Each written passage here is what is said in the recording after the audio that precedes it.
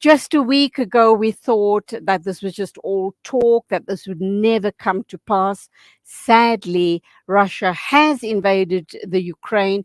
We are 6 days into the invasion, and already we are seeing civilian deaths and major mayhem in that part of the world. What does this mean to the rest of the world? Economically, geopolitically, etc. What does it mean specifically for Muslims in that region of the world? And I kind of wonder, you know, we know there's a huge Muslim population in Russia itself, and then again, a huge Muslim population in the Ukraine. How does that all play out? Is this going to perhaps result in a situation of Muslims killing other Muslims? Ya Allah, let's pray that that doesn't come to pass. But to talk to us about the situation playing out right now in the Ukraine by the Russian invasion is Zaid Hamid. He's based in Pakistan. He is a veteran of the Soviet-Afghan war. He is presently strategic security analyst and founding consultant of BrassTacks, the advanced threat analysis think tank.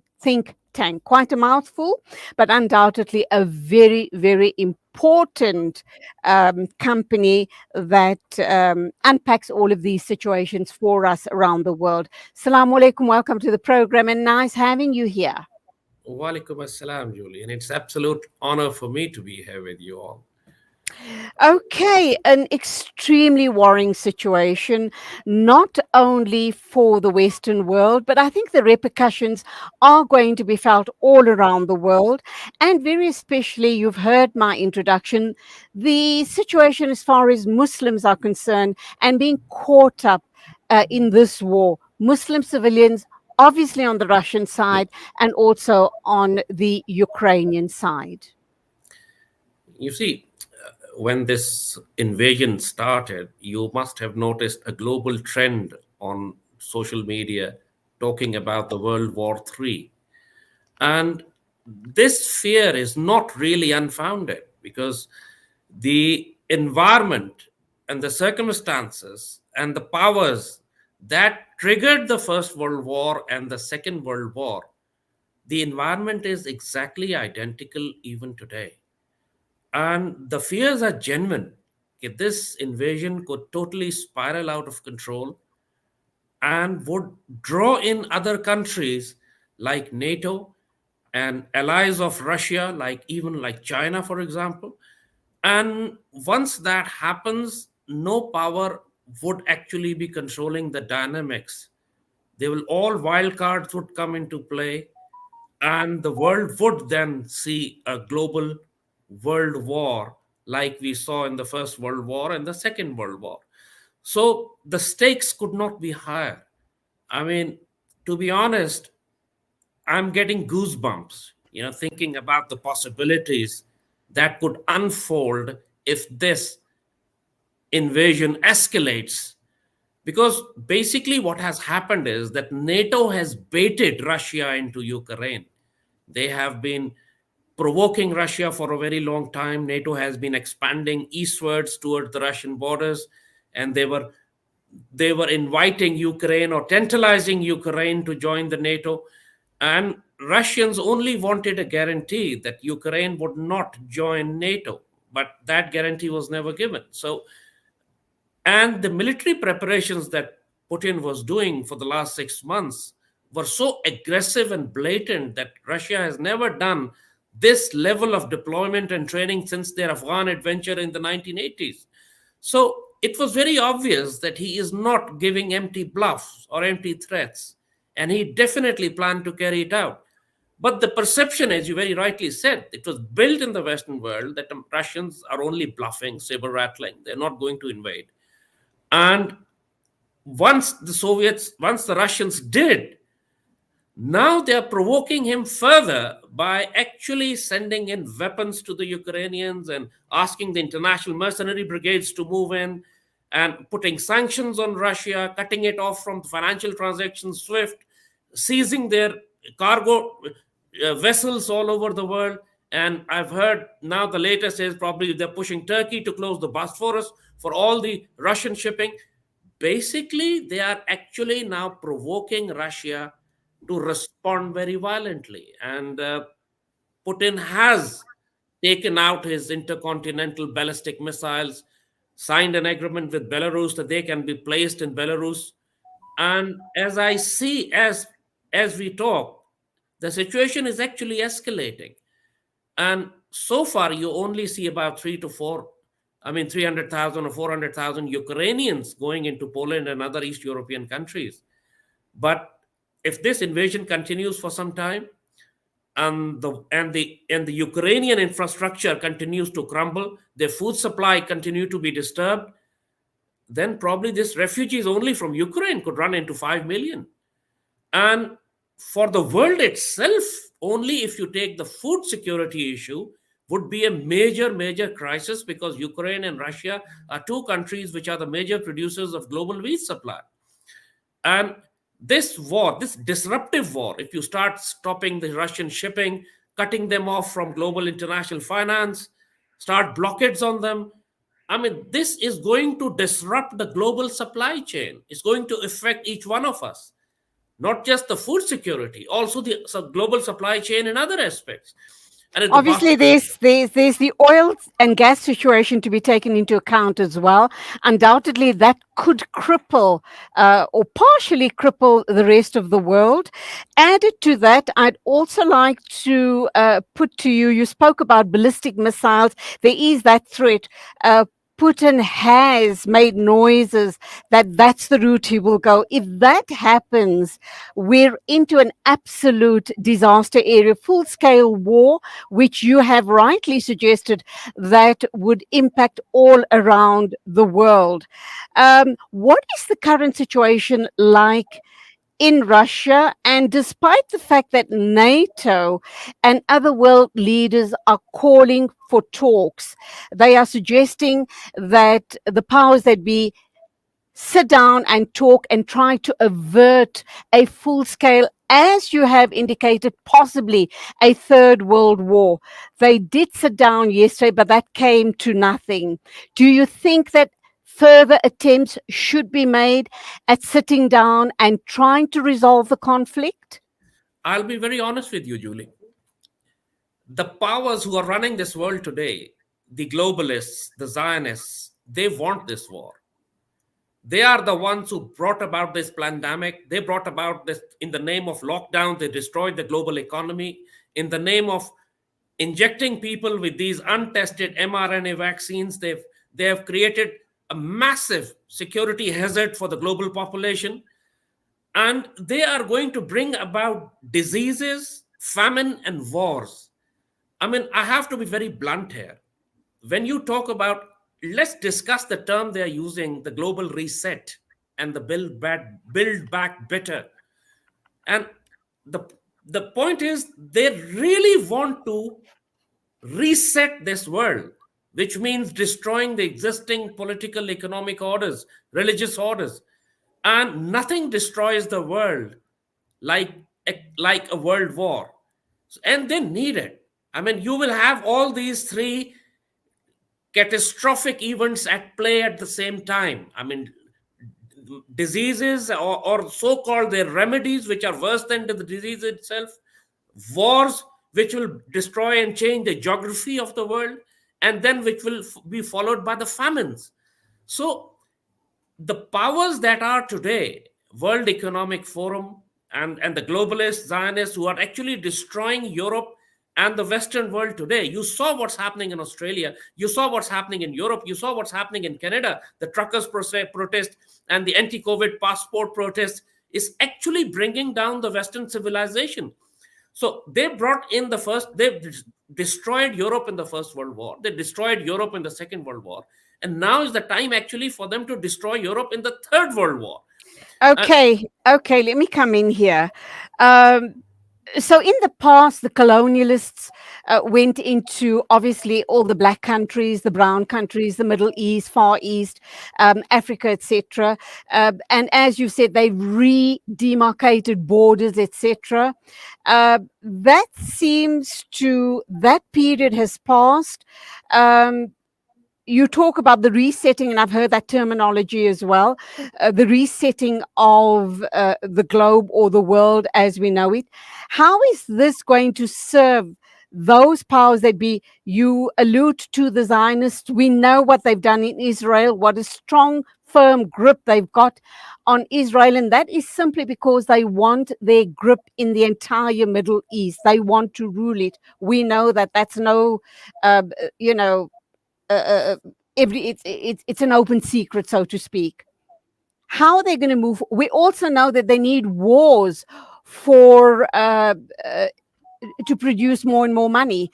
They need wars to produce more and more armaments.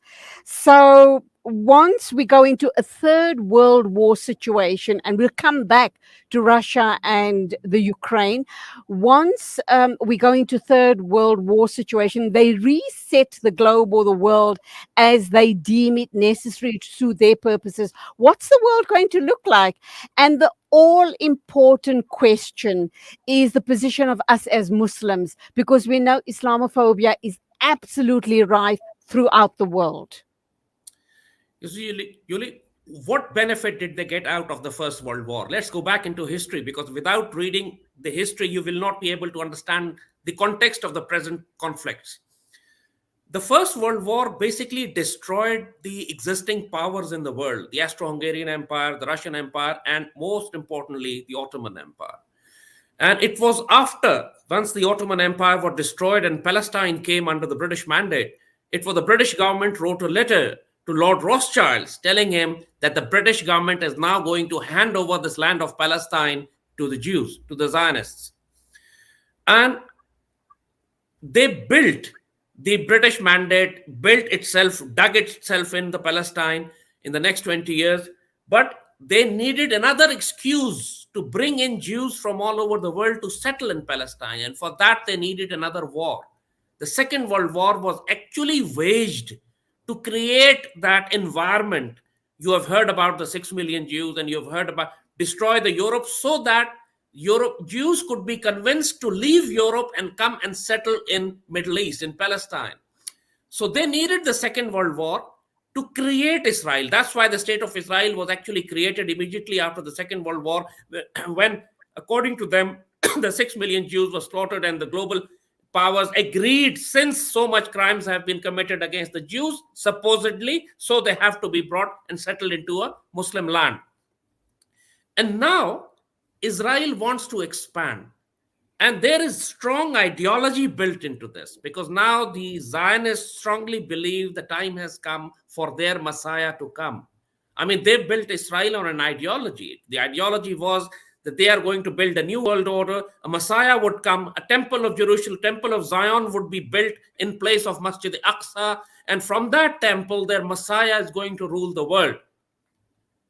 Actually, this is the core reason for all the conflicts you see in the Middle East today. So then the question that begs to be asked is, why would the Western Christian leaders get sucked into all of this? You How see, do they manage to get hoodwinked into all of this? you see, And it's the still objective of the First World War, as I said, was to mainly destroy the Ottoman Empire. right, the But Muslims, the war mainly started, Muslims. but the Muslim, destroy the Muslim powers who were actually controlling Palestine. But the war started in Sarajevo, when a Serbian shot and killed a prince of the Austro-Hungarian Empire. Similarly, the Second World War started when Germany invaded Poland, all European nations. And then everybody joined in, and it went haywire. It went in all directions, and it became a global war. So these Zionists, as I said, they're extremely powerful people who control the Federal Reserve, who control the World Economic Forum, who control the international finance, media, and banking. And Karl Schwab is actually openly on record saying that every government in the world is actually controlled by the agents or the members of World Economic Forum. I mean, Justin Trudeau, for example, is a student, is a student trained by World Economic Forum and Carl Schwab. Half of his cabinet is, I mean, Jacinda Ardern of New Zealand is, and and most of the European leaders today are actually students of Carl Schwab. And they actually create this global political and economic environment to trigger these conflicts. Putin, Putin has been sucked into a Ukrainian conflict. You can see that. He obviously never wanted a war, but once the NATO kept pushing closer to his borders and they started creating biological warfare weapons factories in Ukraine and did not give any guarantee to Putin that Ukraine will not become a member of NATO, it was inevitable that Putin would be sucked into this war. And now they are going to fan it. Now they're going to drag this war. They are going to bring So, more pressure upon Russia so that it actually gets provoked and gets a bad name. They'll call him, give a dog a bad name, and then kill it, kind of an ideology. They will provoke him to that extent that world will look at him as a madman. But the okay, net, I must say, Zaid, that you've given us a totally different perspective on this war. And I must say, you've really given us food for thought, undoubtedly. Um, but these are world leaders, and how could Putin be so, and I kind of wonder why and how did he allow himself to get dragged into this? But I guess there are reasons, obviously. What is the situation like currently in the Ukraine for the Ukrainian people? And my first and foremost question regarding the Muslims in both the countries, how are they going to be affected? you see, this is, I'll take the Muslim issue first because this is extremely unfortunate. I'm very, very concerned at that as well because you see, the advanced brigades of the Russian army are all Chechen Muslims. I mean, because of the agreement that Chechnya has as a semi-autonomous state within the Russian Federation, the Chechens are obliged to fight for the Russian state because of the autonomy that they have within Chechnya. And all the lead troops, all the lead crack expeditionary troops of the Russian army are actually Chechen Muslims, and they are taking the initial losses. The main Russian army is actually behind, and that's rolling in slowly. But the forces that have actually gone in are all Muslims. And they mostly, all the defenses that the Ukrainians have, all their defenses have been destroyed initially. I mean, the air power is destroyed, the navy is destroyed, some ground forces remain naturally. They are putting up fierce resistance. But the strongest weapon that the Ukrainians have is Turkish drones. I mean, the drones made by Turkey are actually killing Muslims from Chechnya from the Russian side, you know. And So here we have Turkey, another Muslim state, also I being mean, dragged into all of this. What's the position of the Middle East Muslim community? They've been very silent up to now, have they not? you see, I'm most concerned about Turkey since you have mentioned Turkey here because Turkey is right next door to Russia and they have close Bosphorus, as I've heard. And Turkey is part of NATO also, and Turkey is supporting Ukrainians against the Russians. So all these elements, and historically, there have been animosity between Russians and Turks. During from the time of Ottoman Empire, Russians and Turks have been fighting with each other for centuries. So the animosity is historical. So despite all the trade and agreements and trying to sort of living like good neighbors, I very strongly feel that there's a possibility of a major war. NATO is going to push Turkey into a major war with Russia, like NATO has done with Ukraine. And they will abandon Turkey. They will push Turkey, but they will not directly join the conflict to support Turkey. And if they join the conflict directly, it's a world war. If they don't join the conflict directly, Turkey will be destroyed or very severely damaged. And that's where my heart bleeds as well, because on one side, we have Muslim forces of Chechnya, then we have Muslim forces of Turkey on the other side. Turkish technology, Turkish foreign policy, Turkish drones are supporting Ukraine. And, and this is complete chaos within the Muslim world. It's going to cause more. As for the Middle East is concerned, the Russians are going to block their gas supply line to Europe if they are pushed any further. And the Europe is planning to buy gas from Qatar. And if they plan to buy gas from Qatar, Russia is going to threaten the Gulf. Because Oh, if the Europe starts to get their alternate supply line from Qatar, the purpose of Russian blockade would fail. So Russia would not allow that. They are going to threat the sheikdoms in Gulf not to supply their fuel and gas to Europe, which Putin is blocking. So you see, as I said, it's going to domino effect. It's going to spiral out of control unless and until it remains contained within Ukraine. Even if that's so, there will be millions and millions of refugees flowing out of Absolutely. Ukraine to the Eastern European countries. So it's a human Absolutely. crisis in the making anyway, and could turn into a global crisis affecting all of us together, like our elders were affected in the First and the Second World War. Okay, we have a comment from Tamba Pillay. He says he's watching with considerable interest and concern. The assessment and possible consequences is very real. Thank you indeed, Tamba, for your comments. That's what one of the viewers have to say about this discussion between you and I this morning. I'm wondering what was the agenda of Imran Khan, the president of Pakistan, meeting with Putin 2 days ago. Apparently, they didn't discuss the war in Ukraine or the invasion of Russia into Ukraine. What was the reason? People are questioning that meeting at this crucial time. You see, Pakistan has been under pressure from the Americans for a very long time. I mean, Pakistan has been their ally, non-NATO ally, even for the last 20 years since their Afghan adventure. But Pakistan has always been insulted and humiliated by the Americans. So now, when and but on the other hand, Pakistan has been extremely close to China. I mean, Pakistan has been building the China-Pakistan economic corridor, their One Belt, One Road initiative, the New Silk Route. I mean, the force Chinese soft force projection into the world. So Pakistan is an integral part of it.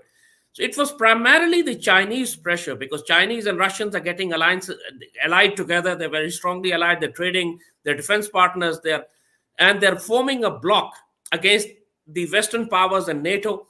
So it was primarily under the Chinese pressure that Pakistan went towards the Russian camp. But I believe that it was more of an interview of the Pakistani prime minister than it was anything to do with Pakistan probing the Russians, because Russians want to trust Pakistan, they want to come close to Pakistan, but they are not sure right now that the present government is strong enough or resilient enough or determined enough to break itself from the American camp and join the Eastern Bloc. Because now there are very strong discussions within the Eastern powers, Eastern nuclear powers, I mean, Russia, China, and Pakistan, that we should form our Asian NATO.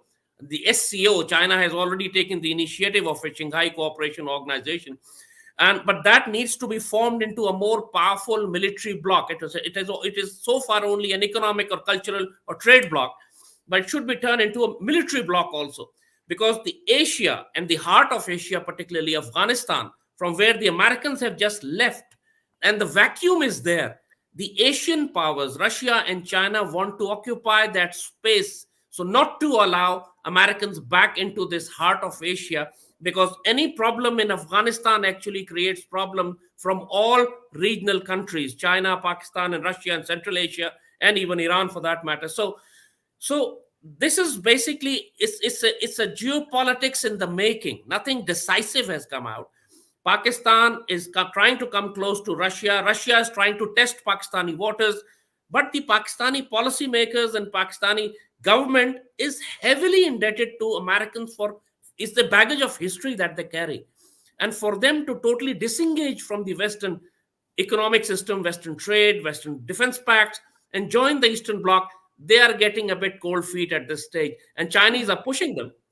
So this is what is happening, right? It's unfolding. Nothing is decided. That's why you don't see any strong communique coming out of Moscow or Islamabad after the meeting, because it was basically testing the waters. No, neither side committed anything. Okay. We unfortunately have to leave it there. We've run out of time, but undoubtedly, I do need to talk with you again and unpack a whole host of other issues. But we do watch the situation you know, that's playing out between Russia and the Ukraine. And we just make lots and lots of dua, inshallah, that peace, common sense does prevail so that I we mean, can yes. all be kept But out but I of need a to give you third the last world warning war. that the powers at play are too powerful. They triggered the First World War, they triggered the Second World War for their geopolitical objectives, and now they want a global war and a famine, and they are going to go for it. So be brace yourself for impact. Secure your food supplies, and secure yourself. I mean, prepare your families for it. But we are entering into turbulent waters, very turbulent waters now. Zaid Hamid, on that very, very worrying note, I bid you salam alaikum till the next time, Walaikum inshallah, with assalam, lots and of an honor du'as. being with you. Thank you very much. It's an absolute honor being with you.